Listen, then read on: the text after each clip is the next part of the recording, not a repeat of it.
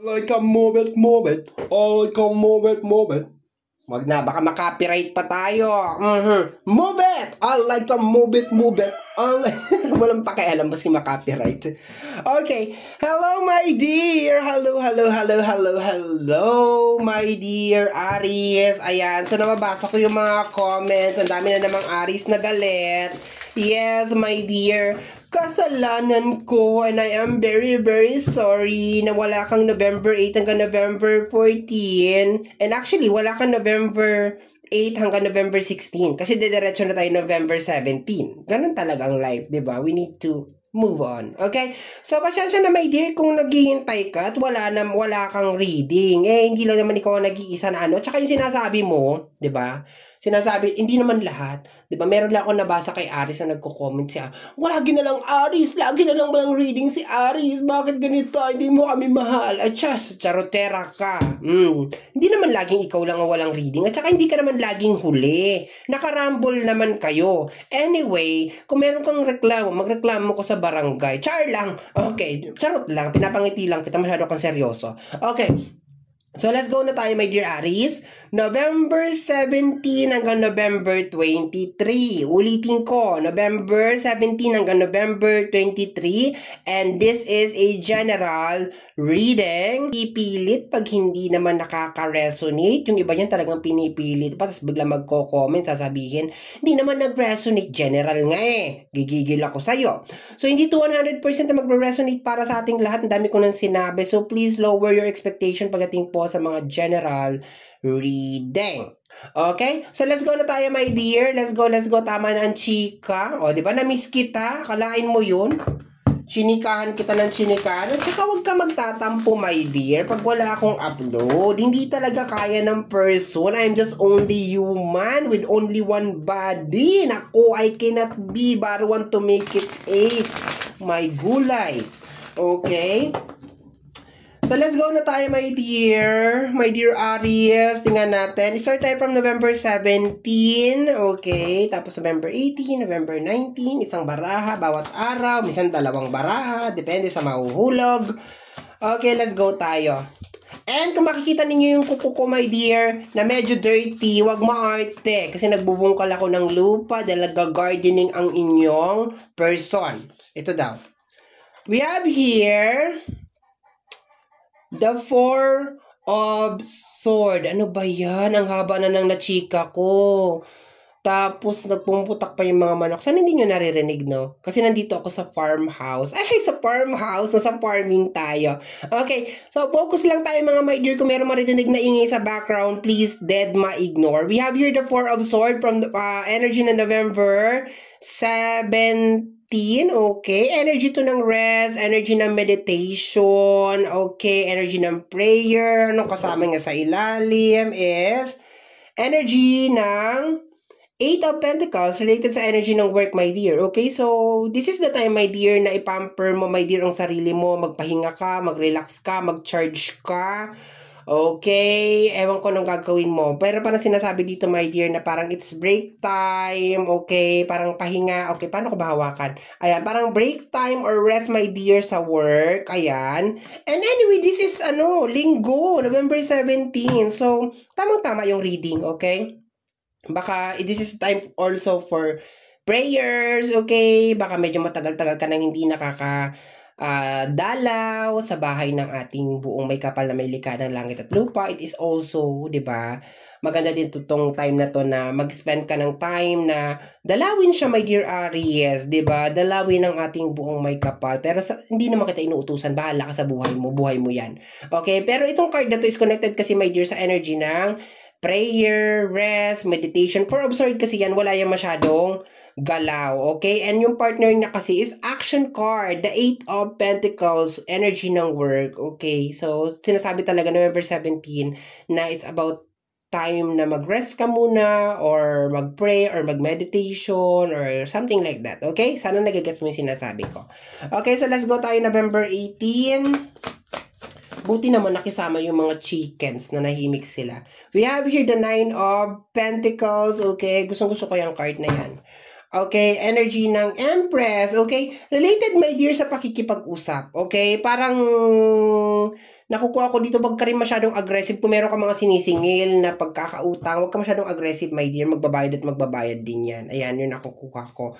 Parang, ewan ko, may nakukuha ako na parang meron kang kausap na may kinalaman sa usapin ng pera. Ayaw ka naman i-assume, my dear, na meron kayong problema na may kinalaman sa pera or merong utang sa'yo ng person na to. Pero parang ang nakukuha ko, my dear, is parang makipag-usap ka ng madimokrasya.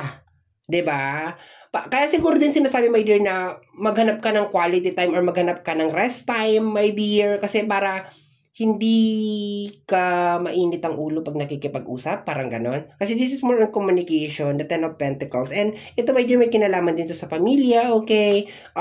Kung babalik din tayo sa may energy ng November 17, baka this is also an energy na tinatawag ka na manghingi ka ng sign kung anong gagawin mo. So, mahalaga yung ganon, mag-connect ka sa ating buong may kapal kasi baka ayan ayan, baka basta ang nakukuha ko November 18 is maging malumanay ka makipag-usap. Baka more on usap to. November 18 to.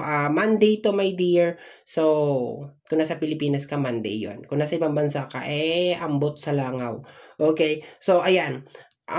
November 18, parang mag-ano ka daw, ano ka sa pakikipag-usap. Be professional. Parang gano'n sinasabi. Okay? Be professional. Magpadaanin ng, wag mainit ang ulo. Okay? Or, pwede din, my dear, na kung mainit ang ulo mo or may galit ka sa isang tao, wag mo muna siyang kausapin. Parang gano'n na nakukuha ko. Okay, so let's go tayo November 19, my dear Aries. November 19, let me see. Energy ng Death card. Tama! Wag mo na muna kausapin, my dear. Tama yung nakukuha ko. The Empress. Yes, my dear. So, kung meron ka daw galit sa isang tao, kasi parang pakiramdam po more on communication to. Wag mo na lang muna, my dear, kausapin. Okay? Parang nakukuha ko rin dito, parang mag-rest ka muna. Yun na nakukuha ko. Mag-time out ka muna sa kanya, as in. Parang gano'n na nakukuha ko. And, yun nga, ulitin ko, my dear, kung hindi ka nasa mood makipag-usap at kung pakiramdam mo wala namang magandang sasabihin ang iyong bibig, wag ka na lang makipag-usap. Okay? So, this is, hindi naman typical, my dear, na sinabi ko November 17, November 18, pero try mo siyang i-maintain, my dear, from November 17 hanggang November 23, 2024. Okay? So, let's go na tayo. November 20 na tayo, my dear. November 20. Okay. The Nine of Swords. Ayan, stress. Okay, na-stress ka daw, my dear. And the Nine of Cups. Parang meron ka talagang ini-expect. Meron akong nakukuha, my dear. Yun nga, yung nakuha ko kaninang energy na parang meron kang inaasahan na pera or something. Pero parang nai-stress ka, my dear. Yun ang nakukuha ko dito na may kinalaman sa energy ng pera. Kung merong tao na nagkukos, my dear, ng stress mo, okay, mas maganda, my dear, ulitin ko, wag mo na muna siyang kausapin, okay, from November 17 hanggang November 23. And yun nga, matuto kang magpahinga, my dear. Mahalaga yon para hindi ka maging dragon, 'di ba? Alam naman natin, my dear, pag nagagalit ka ay nagiging dragon ka talaga, nagta-transform ka. Okay? So, November 21. November 21, my dear Aries, we have here the Ace of Wands. Okay? And the Six of Swords. Meron ka ring energy, my dear, na parang mag-umpisa ka na lang ulit. Pakiramdam ko meron ka ditong ikakat. Meron kang kinakailangan ikat. Meron kang kinakailangan putulin, my dear Aries. Yun ang nakukuha ko. Parang kinakailangan mo muna mag-time out sa kanya kasi nakaka-stress siya.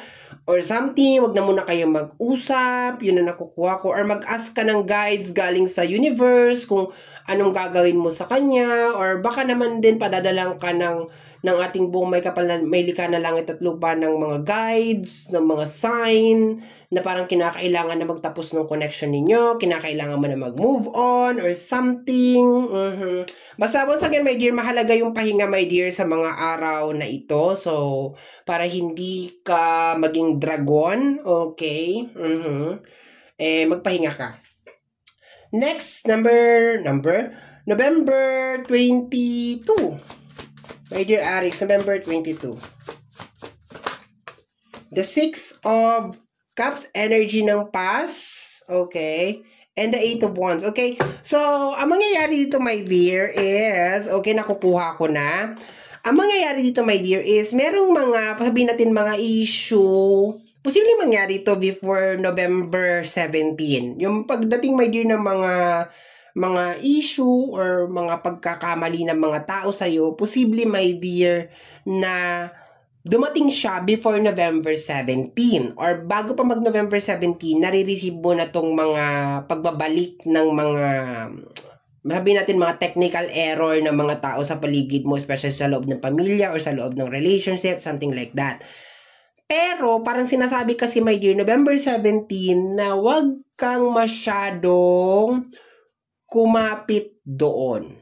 Parang ganon. So, I think parang sinasabi lang dito, my dear Aries, na kaya nagbabalik tong mga memories na to, o itong mga, posible, my dear, na maulit din. May mga tao na nakagawa sa'yo ng kasalanan, so ulitin nila. Kasi meron ka ditong 9 of Sword, ayan.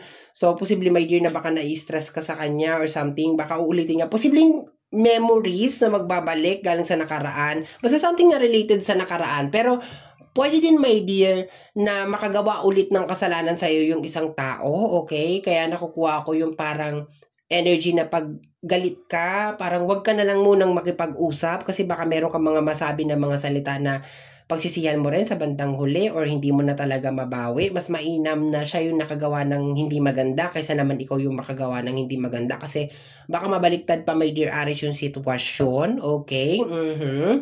Pero yun na nakukuha ko, my dear. Parang sinasabi, my dear, na parang it's about time na mag-move on ka sa mga bagay na ginawa ng mga tao sa iyo kasi hindi na siya nakakapag-benefits or parang useless naman na, my dear, yung energy.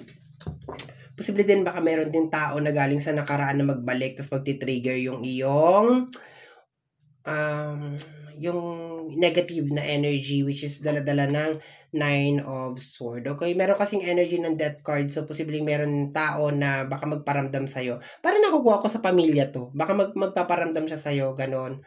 Tapos, i-message ka niya, something like that, or magkikita kayo, and then mauumpisa ka na naman may stress. Pero, my dear, pass is pass, move on. Okay, last card tayo. We have here the 9 of Pentacles, the single energy. Bakit ang dumi ng aking card? Teka nga, ang dumi niya. Dumi ba yan? Ay, hindi yata. Ganyan na talaga siya. Ayan o. November 23, last card to. Single energy. Actually, napakaganda nitong card na to, my dear.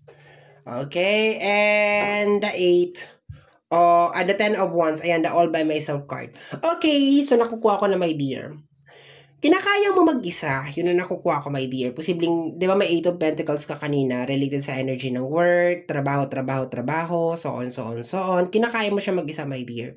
Ngayon na nakukuha ko dito, posibleng may mga alaala galing sa nakaraan na magbabalik, my dear, sa week na to, or posibleng naman, my dear, na merong tao or energy, my dear, na magbabalik sa araw na ito or sa week na ito. Ang problema, my dear, is matitrigger ka dito. Kaya nga sinasabi, my dear, kanina, ulit-ulitin ko, na parang wag kang makipag-usap kung mainit ang ulo mo. Kasi baka mabaliktad yung sitwasyon, ikaw yung lumabas na masama.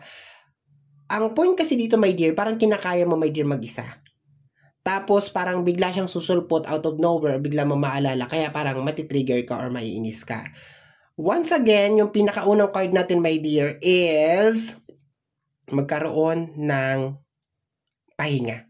Baka ito na yung panahon, my dear, na sa sobrang trabaho mo, sa sobrang effort mo, sa sobrang tumbling mo at kinakaya mo lahat, baka kailangan mong bigyan ng kahit kaunting oras lang, my dear, ang sarili mo para makapagpahinga, para kung ano man ang mangyari sa mga susunod na araw, my dear, di ba? Lumabas November 17, linggo, take a rest, mag-day off ka, magpamasahe ka, punta ka sa church, di ba? Yung mga ganun, di ba?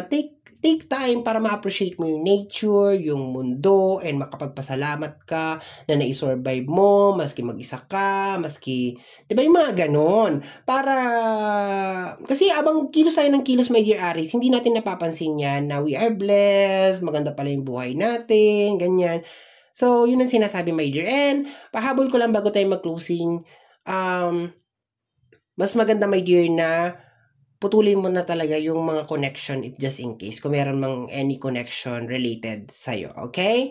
So, total kinakaya mo na rin naman mag-isa, okay? So, my dear Aries, yan ang reading mo para sa yung November 17 hanggang November 23, 2024.